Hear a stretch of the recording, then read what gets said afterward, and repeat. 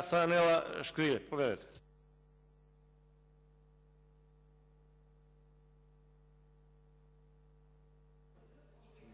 Ви благодарам, подпредседателе. Значи, сакам и јас мојата реплика да ја започнам со оно што и вие кажавте. Навистина ми е жал, колега Петар, што моравте да вмешате и да зборувате тотално без потреба за 2-годишни деца да коментирате. И мислам дека после не треба да се чудиме што оваа професија пратеник стана најмалку почитуваната професија во држава и луѓето не сакаат ни да не гледаат, ни да не слушаат. Навистина нема потреба едногодишни и 2-годишни деца нечии да коментираме. Сега слушам и од вас и од вашите колеги, во Европа не се одело со криминал. Така да, колега, не се одело во криминал и токму затоа 11 години со вас не мрднавме ни во делот на оно што значи членство во НАТО, ни во делот на започнување на преговори со ЕУ.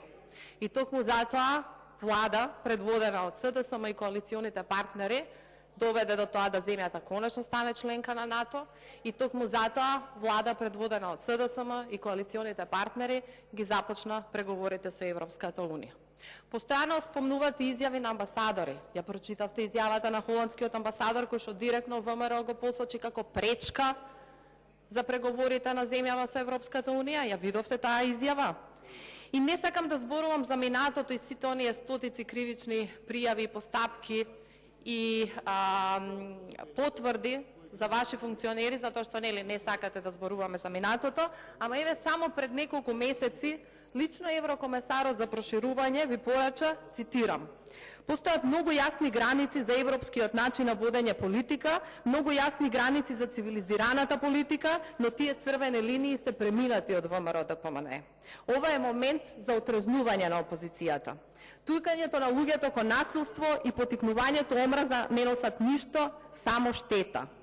За жал, јас отрезнување на опозицијата не гледам.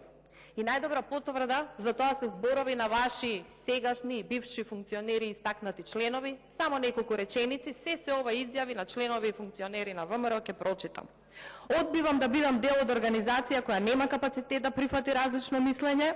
Ниските страсти, малограѓанштината и шовинизмот не се постулати врз кои се гради политика и здраво општество.